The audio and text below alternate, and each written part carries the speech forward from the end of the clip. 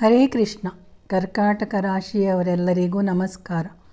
ಯಾವುದೇ ರಾಶಿ ಅಥವಾ ಯಾವುದೇ ಮನುಷ್ಯನ ಅದೃಷ್ಟ ಹೇಗೆ ಇರಲಿ, ನಮ್ಮ ಒಂದು ಪ್ರಯತ್ನ ಅಂತ ಒಂದು ಇರಲೇಬೇಕು ಮತ್ತು ಯಾವಾಗಲೂ ಪಾಸಿಟಿವ್ ಆಗಿ ಥಿಂಕ್ ಮಾಡ್ತಾ ಇರಬೇಕು. ಏನೇ ಘಟನೆ ನಡೆಯಲಿ ಅದರಲ್ಲೂ ಸಕಾರಾತ್ಮಕವಾದ ವಿಷಯವನ್ನೇ ನೋಡಬೇಕು. ಹಾಗೆಯೇ ಬೇರೆಯವರನ್ನು ಗೌರವಿಸೋದು ಮೊದಲು ಕಲಿಯಬೇಕು. ಕರ್ಕಾಟಕ ರಾಶಿಯವರಿಗೆ ಈ ವರ್ಷ ಮೊದಲ ಕೆಲವು ತಿಂಗಳು ಸಮಾಧಾನಕರವಾಗಿದ್ದರೆ ಒಳ್ಳೆಯದು. ಯಾರಲ್ಲೂ ವಾದ ವಿವಾದ ಬೆಳೆಸಬೇಡಿ. ಇನ್ವೆಸ್ಟ್ ಮಾಡುವಾಗ ಸ್ಟಾಕ್ ಮಾರ್ಕೆಟ್ ಎಲ್ಲ ನೋಡಿಕೊಂಡು ಸ್ವಲ್ಪವೇ ಮಾಡಿ. ಆಲಸ್ಯ ಬಿಟ್ಟು ಹೊಸ ಉತ್ಸಾಹದಿಂದ ಕೆಲಸ ಕಾರ್ಯಗಳನ್ನು ಮಾಡಿದರೆ ಈ ವರ್ಷ ನಿಮ್ಮ ಉದ್ಯೋಗ ವ್ಯವಹಾರದಲ್ಲಿ ಯಶಸ್ಸು ಗಳಿಸುತ್ತೀರಿ. ಹೊಸ ನೌಕರಿ ಹುಡುಕುವವರಿಗೂ ಒಳ್ಳೆಯ ಕೆಲಸ ಸಿಗುವ ಸಾಧ್ಯತೆ ಹೆಚ್ಚಾಗಿದೆ.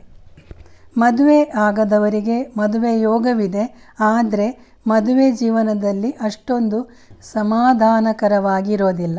ಪ್ರೇಮ ಪ್ರೀತಿಯ ವಿಷಯದಲ್ಲೂ ಕೂಡ ಶಾಂತಿ ಕಡಿಮೆ. ಮಕ್ಕಳಿಗೆ ಒಳ್ಳೆಯ ಉದ್ಯೋಗ ಸಿಗುತ್ತೆ. ವರ್ಷದ ಆರಂಭದಲ್ಲಿ ಮತ್ತು ವರ್ಷದ ಕೊನೆಯ 2 ತಿಂಗಳಲ್ಲಿ ಆರೋಗ್ಯದ ಕಡೆ ಹೆಚ್ಚಿನ ಗಮನ ಇರಲಿ. ಗಂಟಲಿನ ರೋಗ, ಕಫದ ಬಾಧೆ, ಎಲುಬಿಗೆ ಪೆಟ್ಟಾಗುವ ಸಂಭವವಿದೆ. ಇದಕ್ಕೆ ಪರಿಹಾರ ಈಗಲೇ ಹೇಳ್ತೀನಿ. ಯಾಕಂದರೆ ಯಾವುದಕ್ಕೆ ಯಾವ ಪರಿಹಾರ ಎಂದು ಗೊತ್ತಾದರೆ ಆಯಾ ಭಾಗದ ವಿಷಯ ತಿಳಿದು ಮಾಡಿದರೆ ಎಷ್ಟು ಬೇಕು ಏನು ಬೇಕು ಅಂತ ಅಷ್ಟೇ ಪರಿಹಾರ ಮಾಡಿದರೆ ಸಾಕು. ಮೊದಲೇ ಹೇಳಿದಂತೆ ಹಿರಿಯರನ್ನು ಗೌರವಿಸುವುದೇ ಗ್ರಹಗಳ ದೋಷ ಪರಿಹಾರಕ್ಕೆ, ಗ್ರಹಗಳ ಕೃಪೆಗೆ ಒಂದು ಉಪಾಯ. ನಂತರ ನಾಲಿಗೆ ಗಂಟಲಿನ ಸಮಸ್ಯೆ ಬಾರದಂತೆ ತಡೆಗಟ್ಟಲು ಕೂಡ ಎಲ್ಲರನ್ನೂ ಗೌರವಿಸಿ ಒಳ್ಳೆಯ ಮಾತನಾಡುವುದು ಒಂದು ಪರಿಹಾರ. ಪರರ ಹಿತವನ್ನು ಬಯಸುವುದು, ಗಳಿಸಿದರಲ್ಲಿ ಸ್ವಲ್ಪ ಬೇರೆಯವರಿಗೋಸ್ಕರನೂ ಖರ್ಚು ಮಾಡಿ.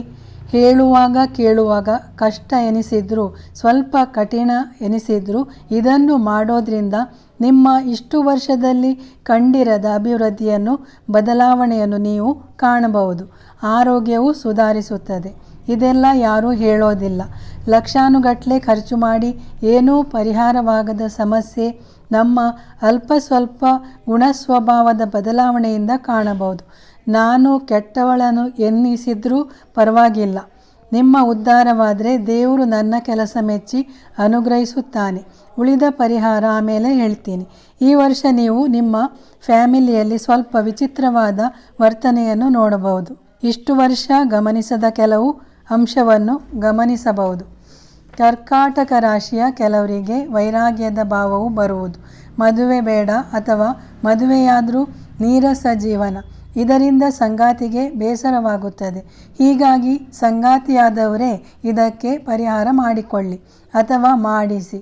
ಗಣೇಶನಿಗೆ ಪಂಚಾಮೃತ ಅಭಿಷೇಕ ಮತ್ತು ಲಡ್ಡು ನೈವೇದ್ಯ ತಿಂಗಳಿಗೊಮ್ಮೆ ಅವರ ನಕ್ಷತ್ರದ ದಿನ ಮಾಡಿ.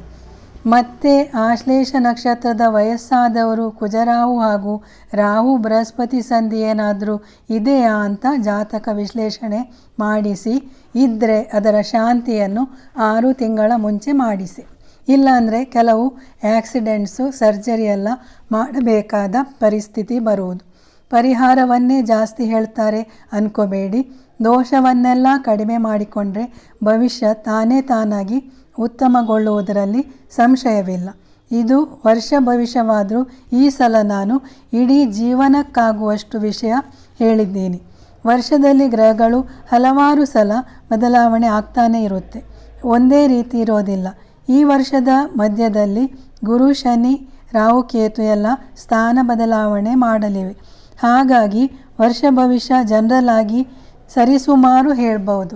ಒಟ್ಟಾರೆ ಹೇಳಬೇಕಂದ್ರೆ ಈ ವರ್ಷ 8ರ ಶನಿ 9ಕ್ಕೆ ಹೋಗಿ ಸ್ವಲ್ಪ ಕಷ್ಟ ನಷ್ಟ ಕಡಿಮೆ ಆದರೂ ರಾಹು ಮತ್ತು ಅದೇ ಸ್ಥಾನಕ್ಕೆ ಬಂದು ಸ್ವಲ್ಪ ಸಮಾನವಾದ ಫಲವನ್ನೇ ಕೊಡುತ್ತೆ. ನಿಮ್ಮ ದಶಾಫಲ ಚೆನ್ನಾಗಿದ್ದರೆ ತುಂಬ ಚೆನ್ನಾಗಿರ್ಬೋದು. ಆದರೆ ತಾಳಿದವನು ಬಾಳಿಯವನು ಎಂಬಂತೆ ಇನ್ನು ಮುಂದಿನ 1-2 ವರ್ಷ ಹೀಗೆ ಕಳೆದರೆ ಇನ್ನು ನಿಮ್ಮ ಜೀವನದಲ್ಲಿ ಎಲ್ಲ ವಿಧದಲ್ಲಿ ಅಭಿವೃದ್ಧಿಯೇ ಉಂಟಾಗುವುದು. ಪರಿಹಾರವಾಗಿ ಶಿವನಿಗೆ ಪಂಚಾಮೃತ ಅಭಿಷೇಕ, ಸಾಧ್ಯವಿಲ್ಲದವರಿಗೆ ಬರೀ ಹಾಲಿನಿಂದಾದರೂ ನೀರಿನಿಂದಾದರೂ ಅಭಿಷೇಕ ಮಾಡಿಸಿ. ತಂಪು ಪಾನೀಯ ಅಥವಾ ನೀರನ್ನಾದರೂ ಕೊಡಿ. ನಿಮ್ಮ ನಾಲಿಗೆಯೇ ನಿಮಗೆ ಶತ್ರು. ಯೋಚನೆಯೇ ಬರೋದಿಲ್ವೋ ಯಾರ ಜೊತೆ ಹೇಗೆ ಮಾತಾಡಬೇಕು ಅಂತ, ಅಥವಾ ಕಂಟ್ರೋಲ್ಗೆ ಬರೋದಿಲ್ವೋ ಅದು ಗೊತ್ತಿಲ್ಲ. ಅದು ಹೇಗೆ ಇರಲಿ, ನೀವು ಜೀವನದಲ್ಲಿ ಉದ್ಧಾರವಾಗಬೇಕಾದ್ರೆ ಬಾಯಿ ಮನಸ್ಸು ಶುದ್ಧವಾಗಿಟ್ಟುಕೊಳ್ಳಬೇಕು. ವಾರಕ್ಕೊಂದು ದಿನ ಉಪವಾಸವಿರಿ. ಏಲಕ್ಕಿಯನ್ನು ಬಾಯಲ್ಲಿ ಇಟ್ಟುಕೊಂಡಿದ್ರೆ ಒಳ್ಳೆಯದು. ಹಾಗೆಯೇ ಒಂದು ಸುಗಂಧಭರಿತ ಪರ್ಫ್ಯೂಮನ್ನು ಯಾವಾಗಲೂ ಉಪಯೋಗಿಸ್ತಾ ಇರಿ. ದಾನ ಧರ್ಮ ಯಥೇಚ್ಛವಾಗಿ ಮಾಡಿ. ವೃದ್ಧಾಶ್ರಮಕ್ಕೆ, ದೃಷ್ಟಿಹೀನರಿಗೆ ಸಹಾಯ ಮಾಡಿ. ಒಳ್ಳೆಯದಾಗಲಿ. ಹರೇ ಕೃಷ್ಣ.